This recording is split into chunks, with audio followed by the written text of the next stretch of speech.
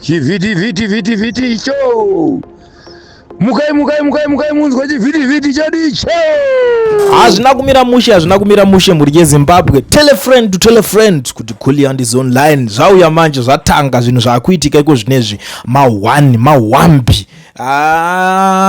Muri yeZimbabwe kune zvimwe zvinhu zvokuti tinombotaura zvimwe zvacho tova taseka pamwe pacho tova tataura tiri serious, but situation idzi dzinotirwadza kuona kuti titonge tichiuya tichitaura kuti nhasi vadai mangwana vadai, so omanaka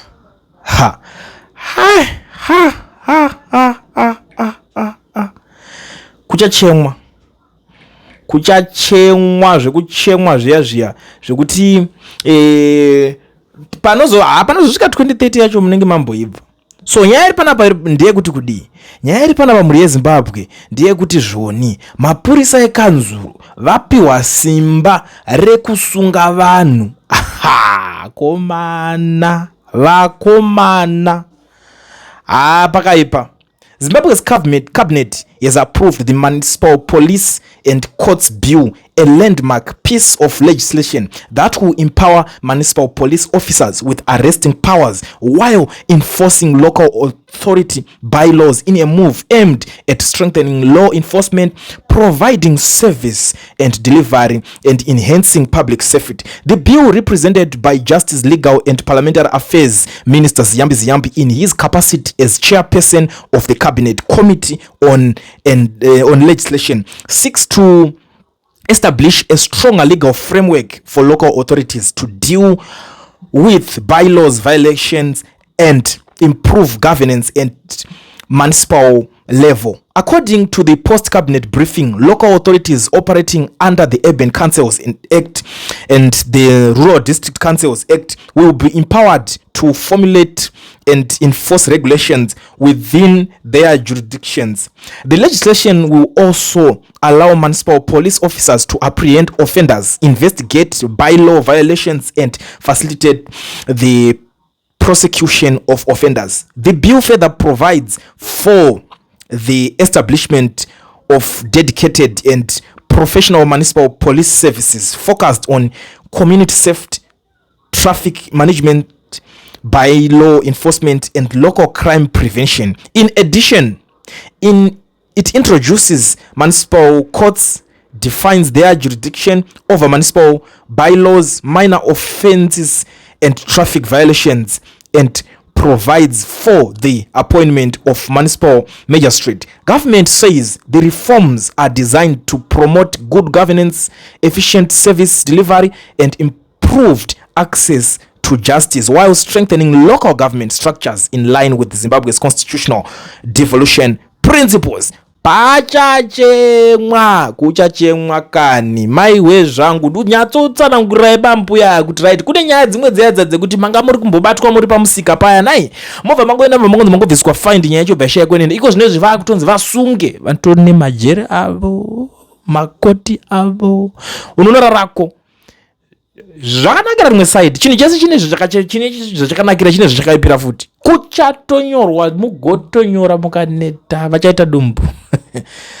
One thing that I'm not sure about, are they trained enough kuti vakwanise kunge vachisunga vanhu? Because vapana vaya vanoshanda nema emotions. Unoziva kuti kana even the way vanohandla zvinhu utsinye umwe unoitwa navanhu vekanzuru sometimes ndombo zvifunza kuti naiwe mfane wabva kudhende kune vanhu hereo. I still remember ndakaona vapana vaya vekuklemba mota yanga ine mwana anga ari paoxygen. Izvezvi zvichatosvika pakuti unogona kutobva watosungwa iwo uri paoxygen pacho kudaro uchinziwa kuda kuti tiroera skillful. Those guys avarizine dzakakwana chadzoita zishandisike pepe.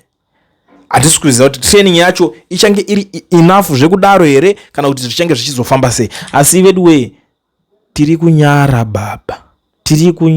baba. Municipal police now needs proper training on issues of law and public management. Otherwise, tinosungirwa futi mwana ari pa oxygen asi pachamanyiwa in Magaya's voice. That's the first comment yemunhu ari kukomenda apa nenyaya iyoyi. Hanzi pachamanywa zvisingaite. Yachatotipinda kapa reaction maZimbabweans vatotanga kutoreacta pane nyaya yacho iri papapa. Zvikanzi nomwe aiwa, they now need proper training and qualified We don't want them to use emotions, rather use knowledge and law. That's exactly my point. Vanhu vekucity council vazhinji vacho pfungwa dzinonetsa kushanda. Unozati kungodhila nemunhu akangogumira form 4 kuti abva atanga kuda kunohandla mamwe ma-issues ma-emotions anenge akawanda. Vamwe vacho vanoita form 4 yekunyorera kuti afoira ozodzoka kuti garimboisira shona ipapa, garimbowedzera English maths dzinonyorerwa kana ka6 kuti azozokwanisa kunge achikwana ipapa, and pa ka6 kacho anenge anyorera nenge tori si zvaro. Anyway, handisi kuwanza guys, tiri kungopfurawo nepo tichingonikirina, handiti freedom of expression, rurimi runenge rangodarika nepo, handopfura nemugarden mako, I don't know you either. It is a good move. They must give them proper uniforms, body cameras and name badges as well.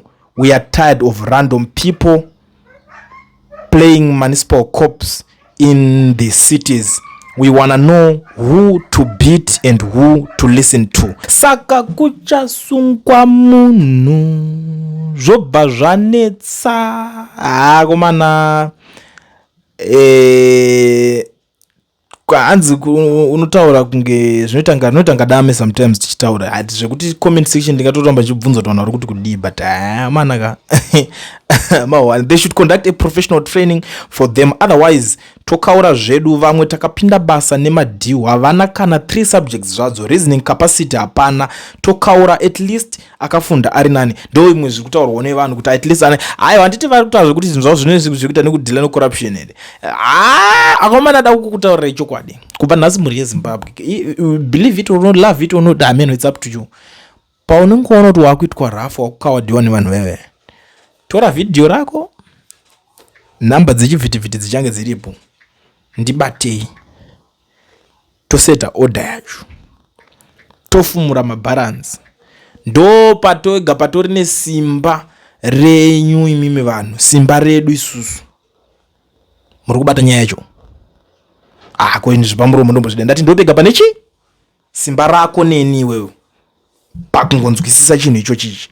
So ladies and gentlemen, ndo nyaya iri pana pamhuri yeZimbabwe, handidi kuramba ndichingoirebesa because zvakawanda zviri kuitika, zvakawanda zviri loading. Ndakati mungogara mangoziva kuti zvinhu zviripo pano ndezvekuti zvoni vanhu ava vari kutaura kuti zvoni mapurisa ecity council vane simba rekukusunga iwewe kana uchinge wabhaizira pamutemo wavo, kana uchinge watyora mutemo wekanzuro. Ndachiona pane pamwe pavari kuti because unoona kuti vanhu mune system even rekutojamba pamwe panenge akavhara chiti apa pabvunzo kupinda, ukangocrossa that line unochasvika patonzi apa kwakujamba apa ifind zvidiko, ukangocrossa pane vamwe vanhu kuti vanongodrive zvese vanokupaka zvichingodidiri zvese uchasvika wakutonzi iyi mhosva hazvichingodi find chetezvo. Vakomana tati rungofunga kuti vanhu rungoklembewa chete kana kuti vanhu varikuita sei ma1 those guys nekumhanyisa kwanotava vanhu vachiita sei haya vamwe vacho vachikutera uchakuti kwasvikirwa uchitengesa ruchivhenda uchazwa kuti vakutoenda kana kukoti haya awanaka hazviri zvakurwadza pafecha chapu chapu nyazonoti pana patakuwara panapa takuwara kwadzwa chaiko chaiko. Kulian TV team VAT asi vanhu vachishamsika, Kulian TV haichatsika, saka subscribe wozolaika nechawana zvese pana chichazosha. Everybody say Kulian, Kulian, Kulian, yeah. Information is brilliant, brilliant, brilliant, yeah. Everybody say Kulian.